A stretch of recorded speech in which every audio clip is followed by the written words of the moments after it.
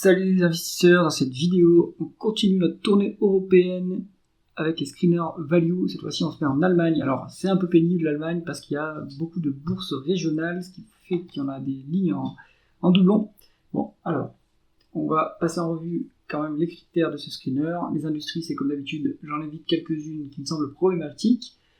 Le pays de négociation, c'est de l'Allemagne. Le pays de la société, c'est l'Allemagne également. Et la bourse dans laquelle on va s'échanger, c'est Deutsche Börse, et malgré ça, on a quand même des doublons parce qu'il y a différentes classes d'actions, j'imagine. Dommage, c'est un peu pénible. Donc, pour éviter d'être trop redondant, voici les critères de sélection où j'ai un peu ajusté pour ne pas avoir trop de lignes. On a 200 millions de market cap, 3 fois la dette nette sur EBITDA maxi. Alors, 200 millions de market cap minimum.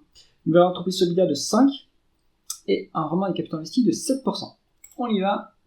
Donc, on va lever le prix, on va lever aussi Exchange, ce qui ne nous intéresse pas ici. Voilà, ça m'a enlevé le payout ratio, on va remettre ça tout de suite, et voilà. Alors, les différents critères, on est sur le symbole de cotation d'entreprise, le nom d'entreprise, l'industrie dans laquelle j'opère, la market cap, donc la market cap, ensuite la croissance du chiffre d'affaires en rythme annualisé sur 5 ans, plusieurs métriques de valorisation, 3 sur le flux, valeur d'entreprise sur EBITDA, price earning, price to cash flow, 2 sur les capitaux propres, les actifs tangibles, voilà les actifs, price to book, price to tangible value, le rendement des capitaux investis pour la rentabilité opérationnelle, le rendement des fonds propres, ça c'est plutôt pour les financières, mais on n'en a pas ici, l'endettement de la société, le rendement du dividende, le rendement de l'actionnaire qui inclut rachat d'actions ou dilution, le free cash flow par rapport au bénéfice net pour vérifier ce payout ratio.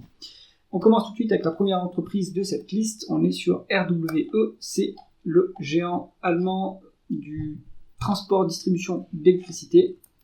Alors, on est sur 26 milliards de market cap, donc c'est une large cap, une croissance du chiffre d'affaires en rythme annualisé sur 5 ans de 12,9%, donc bonne croissance, mais je pense qu'il y a de l'acquisition, parce qu'on ne croit pas à cette vitesse-là sur les infrastructures en Europe. Une valeur d'entreprise sur EBITDA de 3,8, ça c'est value. Un PE de 5, ça c'est value aussi. Mais attention que les free cash flow sont négatifs. Si c'est ponctuel, c'est pas grave. Ça peut être une dépense en capital élevée. Si c'est dû à une variation défavorable du BFR, là c'est pas bien. Mais il faut vérifier ce chiffre-là. Si on se concentre sur ces deux multiples, on est vraiment pas cher. Un rendement des capitaux investis à 10,3%. En plus c'est qualitatif. Une dette nette sur EBITDA de 1,4 fois. Vu que c'est, on va dire, des utilities et plutôt des sociétés qui ont de la visibilité sur ses cash flows, on peut accepter une dette beaucoup plus élevée que ça, mais n'empêche, elle n'est pas très élevée la dette. Un rendement du dividende de 3%, mais attention, un rendement d'actionnaire à 1,1%, donc il y a de dilution sur ce groupe. Et c'est d'ailleurs le seul point, enfin il y a 2 points, 2 bémols, donc cette dilution et free cash flow négatif, ça si c'est temporaire, c'est pas très grave, donc à vérifier. Voilà, RWE, comme c'est une large cap, je pense que ça vaut le coup d'aller regarder quand même, parce que des larges caps avec des cotes aussi élevées, vous avez peut-être Total Energy, mais c'est assez rare. Aujourd'hui, on est sur un producteur de cuivre. Comme le site n'a pas l'air de l'indiquer, voilà, bon, c'est les minerais. Hop, on est sur 4 milliards de market cap, 7,6% de croissance du chiffre d'affaires en rythme annualisé sur 5 ans. Donc, à voir ce que ça inclut. Est-ce qu'il y a la croissance externe? Est-ce que c'est aussi parce que le cycle du cuivre a rebondi? Donc, à vérifier. On a une valeur d'entreprise sur EBITDA de 4,1 fois, donc ça c'est pas cher, c'est value. 6,5 fois les price earnings, ça c'est value également. Attention que le price free cash flow est hyper élevé parce que les free cash flow sont bas. Pourquoi? Donc toujours pareil, il faut aller chercher. Si c'est ponctuel, dans ce cas-là, ces multiples nous montrent qu'on est value et je pense que ça peut être intéressant. On a une décote sur actifs tangibles, donc ça rapporte de la sécurité au dossier. C'est pas mal. Un rendement des capitaux investis à 10,7%, donc ça c'est plutôt bon, plutôt qualitatif. Ensuite, on est sur pas de dette, cash net, très bien pour ce genre de société cyclique. On a un rendement d'actionnaire qui est à 1,5%, il nous calcule un payout ratio, mais il n'y a pas le rendement du dividende, donc à vérifier s'il y a un dividende sur Eurobi, mais de toute façon, s'il y a un dividende, il y a de bonnes chances qu'il soit versé à crédit, donc ça, il faut le vérifier. Sinon, voilà, si on veut s'exposer à des sociétés cycliques, ça peut être pas si mal parce que on est... Alors, ce qu'on aimerait bien avoir sur les sociétés cycliques, c'est l'inverse de ce qu'on voit ici, c'est-à-dire qu'un price earning élevé, mais un price free cash flow bas, ce qui voudrait dire qu'en fait la société a fait un bénéfice faible, mais qu'en réalité elle arrive à générer beaucoup de cash grâce au déstockage, etc. Bon, en tout cas, on a une des cotes sur actifs tangibles, ce qui apporte de la sécurité. Je pense que ça peut être intéressant, mais attention, c'est cyclique. Puma, on est sur le rival d'Adidas. On est sur 3,6 milliards de dollars USD market cap, une croissance de 9,9% en rythme annualisé sur 5 ans. Donc ça, c'est plutôt élevé, c'est plutôt surprenant. D'ailleurs, quand on voit Nike, par exemple, qui n'en finit plus de subir le bas de marché, également Adidas, et Puma, c'est pas si mal. 5 fois la valeur d'entreprise sur EBITDA, c'est pas très cher. Un price earning de 12,4, un price free cash flow de 8. Donc, qu'est-ce qu'il faut prendre comme métrique ici? Mystère, parce que c'est pas une société forcément, c'est pas un marché qui est forcément très mature, qui est en phase de génération de cash. Donc là, il faut aller vérifier pourquoi les bénéfices sont plus bas que les free cash flow. Est-ce qu'on a une dépense non cash, une dépréciation par exemple, à vérifier. Et dans ce cas-là, si on confirme, eh bien, on évalue parce que les multiples sont relativement bas quand même. Alors, vraiment des capitaux investis à 9,8%, donc ça c'est plutôt bon en plus. Attention à la dette à 2,8 fois, on se rapproche dangereusement de la zone des 3. Et à 3, on commence à être risqué quand même. Donc c'est peut-être aussi la raison pour laquelle le multiple est bas. Donc que dit le management sur le désendettement, il faut aller vérifier. On a un rendement du dividende à 3,7% avec un rendement d'actionnaire à 5%. Donc il y a des rachats d'actions sur la société avec des free cash flow plus élevés que les bénéfices nets. Donc le payout ratio qui est indiqué ici est plus bas en réalité. On a largement le moyen de cette rémunération de l'actionnaire. Il faudrait penser à se désendetter. L'unique point, c'est la dette sur ce dossier. Pourquoi est-ce qu'elle est aussi élevée et est-ce qu'elle va baisser dans les années à venir? Mais sinon, ça se regarde. One HG. Alors, on est sur un spécialiste du mobile. Ah ouais, c'est ça. C'est une société qui fait des produits mobiles et des produits on va dire, broadband, c'est de réseau, quoi, en gros. On est sur 2,9 milliards de dollars US de market cap, 2% de croissance. On est sur un secteur qui est mature, donc c'est normal qu'il n'y ait pas beaucoup de croissance. On a une valeur d'entreprise sur EBITDA de 3,9 fois, donc ça c'est pas cher payé du tout.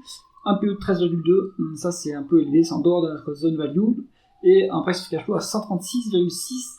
Donc là, on a un problème de free cash flow temporairement. À vérifier pourquoi. Alors, le problème que je vois là, c'est que l'EBITDA il se convertit pas en bénéfice net ni en free cash flow, encore moins en free cash flow. Pourquoi? Est-ce qu'on a une dépréciation énorme et donc du coup ça baisse les bénéfices, et d'autre part on a une dépense en capital élevée ou une variation du BFR élevée qui ferait que les free cash flow sont quasiment nuls. Ça à vérifier. On a vraiment des capitaux investis à 7,6%, ce qui est pas si mal, pas trop de dette à 0,3 fois la dette nette sur EBITDA, un petit dividende mais qui est pas du tout élevé, avec un payout ratio qui est faible. Attention que ce payout ratio est en réalité à 40% et pas à 4%, puisque les free cash flow sont 10 fois moins élevés que les bénéfices nets. Bon, mystère ce petit dossier. Pourquoi est-ce que on a un EBITDA aussi élevé, mais un price earning plutôt élevé également, donc des bénéfices plutôt faibles? Voilà. Voilà, on peut peut-être mettre de côté ce dossier, vu qu'il y a d'autres opportunités plus intéressantes. S'économie. Alors eux, c'est la production d'électronique grand public, de mémoire. Donc là vous avez l'historique. Voilà. TaylorMade Solutions sur Digital World. Donc ça c'est plutôt de l'électronique. On est sur 1,7 milliard de dollars US de market cap. Pas de croissance en rythme annualisé sur 5 ans, quasiment 1% uniquement. Donc ça c'est un peu mou. Alors une valeur d'entreprise sur EBITDA de 1,9 fois. Donc ça c'est très faible. Un price earning de 22, c'est élevé, mais un price cash flow de 2,5. Alors moi je me dis que vu qu'on est sur un secteur très mature, les bénéfices nets, on peut les oublier. Ce qui compte, ça va être la génération de cash, parce que en fait, l'entreprise ne doit plus trop investir, et donc du coup, elle a plus trop de dépenses en capital, et ça doit faire monter les free cash flow. Avec 1,9 fois la valeur d'entreprise sur EBITDA, et 2,5 fois les price free cash flow, en 2 ans et demi de free cash flow, vous avez remboursé votre position. Alors bien sûr, est-ce que le management vous rend ces free cash flow? Ça c'est une autre histoire, c'est à vérifier. On est sur vraiment des capitaux investis à 7,8%, ce qui est tout à fait intéressant, enfin qui est tout à fait convenable, on va dire. Quasiment pas de dette au bilan, ça c'est pas mal.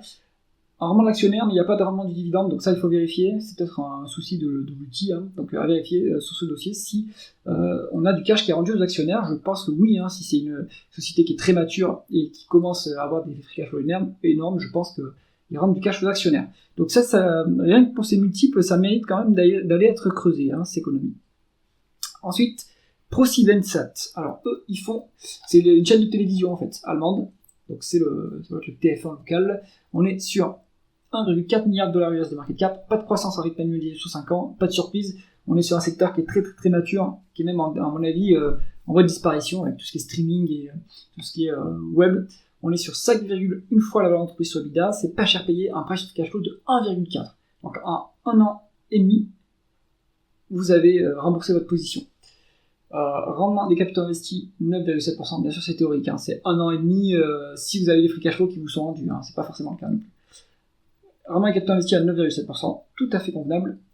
Le rendement des fonds propres est négatif, c'est un peu débile parce qu'on a des bénéfices nets positifs, donc c'est un problème de l'outil. On a une dette nette sur EBITDA de 1,1 fois, donc il n'y a quasiment pas de dette sur le dossier. Un petit dividende qui est payé, ce qui m'intrigue hein, d'ailleurs. Pourquoi est-ce qu'on ne paye pas de dividende alors qu'on a des free cash flow aussi énormes? Pourquoi les free cash flow sont si énormes? Pour l'interrogation. Donc ici, mystère, à creuser. C'est pas simple à analyser comme ça. Douglas, on est sur un détaillant de cosmétiques, c'est le Sephora allemand. On est sur 1,2 milliard de dollars USD market cap. Il n'y a pas la croissance qui est affichée. Bon, je ne m'attends pas à ce qu'il y ait une énorme croissance hein, sur ce dossier.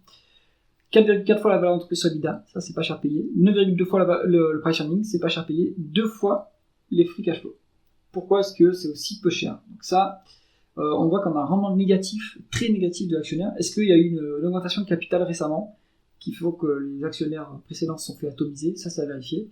On a un rendement des capitaux investis à 11,3 fois, une dette nette à 1,4 fois. Donc, alors, le rendement des capitaux investis à 11,3%, pardon, et dette nette à 1,4. Il n'y a pas beaucoup de dettes au bilan. Le point, c'est pourquoi est-ce qu'on a ça? Pourquoi est-ce que c'est un problème de l'outil et donc à retraiter ces chiffres? Parce que les free cash flow sont bien plus élevés que les bénéfices nets, ce qui me choque pas pour une entreprise qui opère dans un secteur très mature, qui est en phase de rendu de cash aux actionnaires. Ça mérite d'être creusé quand même, Douglas, mais peut-être que c'est en fait il y a possiblement un point de détail à vérifier ici sur la dilution et sur l'actualité récente de l'entreprise. Heidelberger Druckmaschinen, vous pardonnerez mon allemand, ils font des machines d'impression et ils sont basés à Heidelberg, comme Heidelberg Materials d'ailleurs, très bonne entreprise de ciment. On est sur 365 millions de dollars USD market cap, pas de croissance en rythme annualisé sur 5 ans, donc c'est une société qui est plutôt mature je pense. 2,2 fois la valeur d'entreprise sur EBITDA, 3 fois les bénéfices, c'est pas très cher payé. Les free cash flow sont négatifs. Pourquoi? Il faut aller voir s'il y a une dépense en capital élevée. On a une décote sur capitaux propres, mais de quoi ils sont constitués? Est-ce qu'on a de l'intangible? Est-ce qu'on a des écarts d'acquisition? Parce qu'il n'y a pas de décote sur l'actif tangible, et ça on préférerait l'avoir sur une société industrielle. Un rendement des capitaux investis à 16%, ça c'est très élevé, c'est plutôt bon. Hein. Une dette nette sur EBITDA qui est quasiment nulle. Après on n'a pas de rendement d'actionnaire, ni de rendement du dividende, donc il n'y a peut-être pas de dividende qui est versé.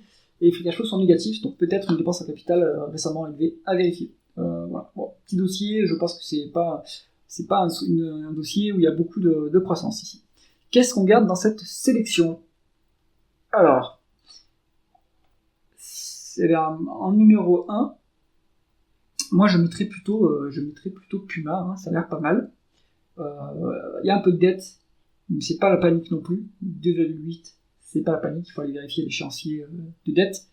Ensuite, on peut se mettre Douglas, vérifier uniquement s'il y a eu un problème récemment sur la dilution, parce qu'il y a eu il y a peut-être eu un stock split. Hein.